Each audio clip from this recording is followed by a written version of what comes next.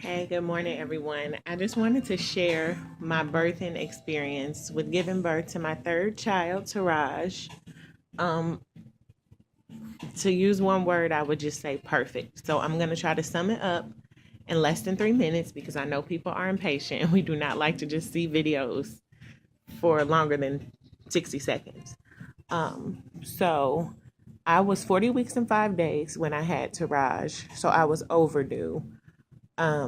We tried everything to get him to come, and he just would not come. So we had a little intervention. So I delivered him at Community North Hospital on January 19th at 1:17 p.m. And my labor was a total of 4 hours and 17 minutes long. So I have been nervous about delivering because my second delivery was so painful. Even though it was the shortest, it was only 1 hour and 36 minutes. It was just really, really painful because I had to get Pitocin. I didn't have time to get the epidural, but that had me really nervous. So when we went in for our scheduled induction, I told the nurse, that I was a little nervous. My blood pressure was a little elevated from me being nervous. So she was just really kind and she told me to relax. And my husband was there and, he told me to relax as well. And so my doctor, my OBGYN, Dr. Ertl, she came in and broke my water at like 8:50 a.m. And she told me that I was 4 centimeters dilated. So I asked her if I could maybe labor on my own without the Pitocin because it was so painful last time. And she said she wouldn't recommend it because I was already overdue and then my labor could stall. So at 9 o'clock, the nurse Valerie, who was really sweet, she started the Pitocin, but she started just 2 mLs of it, so a very low dosage. So the night before, I was texting Sister Zuena, and she had told me just to make sure that I'm moving around during labor with the Pitocin and not just stagnant because that can stall labor as well.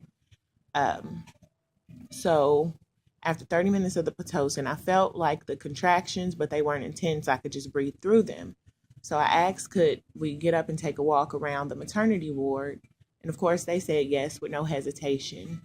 Um, so my husband and I walked for about 25 minutes around the maternity ward, and I jumped from 4 centimeters to 7 centimeters. So when I got back into the room, like the contractions were stronger, so I was just a little more irritable. So I asked for the labor ball. So I like labored through maybe two contractions on that before I got irritated. So I asked to get back in the bed. So I got back in the bed and the contractions were just getting stronger and coming like maybe 3 to 4 minutes apart versus the 5 or 6 that they were before. So I asked the nurse, can you check me? So she checked me and she's like, oh, you're at a 6. I mean, I'm sorry, no, because I was already 7. She's like, oh, you're at an 8. And so they were just coming really fast and I was progressing really fast. So I just started feeling a lot of pressure. I'm like, okay, I need you to check me again because I feel it changing. I feel them coming down. So she checked me. She's like, you're still at an 8, but if you go ahead and use the restroom and relieve your bladder, I believe that he can turn downside because he was sunny side up. So that makes it harder to come down the birth canal. So I went to use the restroom, and by the time I got back on the bed, I was at a 9. And so like she's like, oh, you're like 90% effaced, and it's just everything is just happening so quick. All this is happening within increments of 10 minutes. So she's like, well, let me just go ahead and bring the stuff in here because um, Dr. Ertl, she'll be right back around. Let's just get her ready because I know you progress really fast through labor. So um, they brought in all the stuff that I would need for him to be delivered and things like that. And I'm like feeling a lot of pressure, but I never screamed once because these contractions compared to my last labor were so much bearable. So a 10 centimeter contraction was like a 5 with my last labor and delivery. So it was kind of epic. It didn't hurt. And I had asked her, I'm like, okay, so past 8 centimeters, I can't get the epidural. And she's like, right. And I'm like, well, I don't need it. I said, that just gives me, the mentality that it's almost over. And the whole time I was just saying affirmations in my head through every contraction. Surely with difficulty is ease. Every contraction brings me closer to my baby. I can handle this pain. My body is perfect, is working in accordance with the pain. Allah is the greatest. He'll get me through this. I'm laboring with 300,000 other women today. This is a piece of cake. I'm just saying all this in my head to get me through.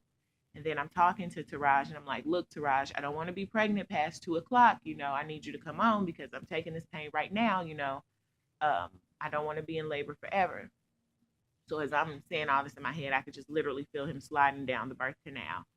And so I'm on the bed and I'm just like, I feel his head coming, come on. So they're like, we need a doctor in here now. So a doctor, I don't know her name, she ran in. And then right after, Dr. Ertl ran in, but his head was already out.